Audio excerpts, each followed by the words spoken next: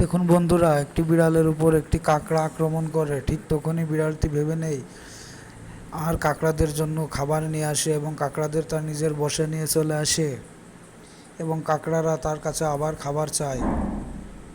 ঠিক তখনই সে কাকড়াদেরকে নিয়ে তার বাসার উদ্দেশ্যে রওনা দেয় এবং তাদেরকে আবার নিত্য নতুন খাবার দেওয়া হয়। ঠিক তখনই বিড়ালটি মনে মনে আনন্দ উল্লাসে মেতে ওঠে যে কখন তাদেরকে আমি ফাঁদে ফেলে আমায় আমার পেটে আহার জোগাবো। ঠিক তখন কাকড়াদেরকে বুঝিয়ে শুনিয়ে একটি রুমে বন্দি করা হয় এবং বায়ু পদার্থ গ্যাস দিয়ে তাদেরকে মেরে ফেলা হয় এবং কাকড়াগুলো সে বায়ু পদার্থের কারণে আস্তে আস্তে মারা যায়। ঠিক তখনই বিড়ালটি আনন্দ উল্লাসে মেতে ওঠে এবং কাকড়ার মাংসটিকে রান্না করে এবং সে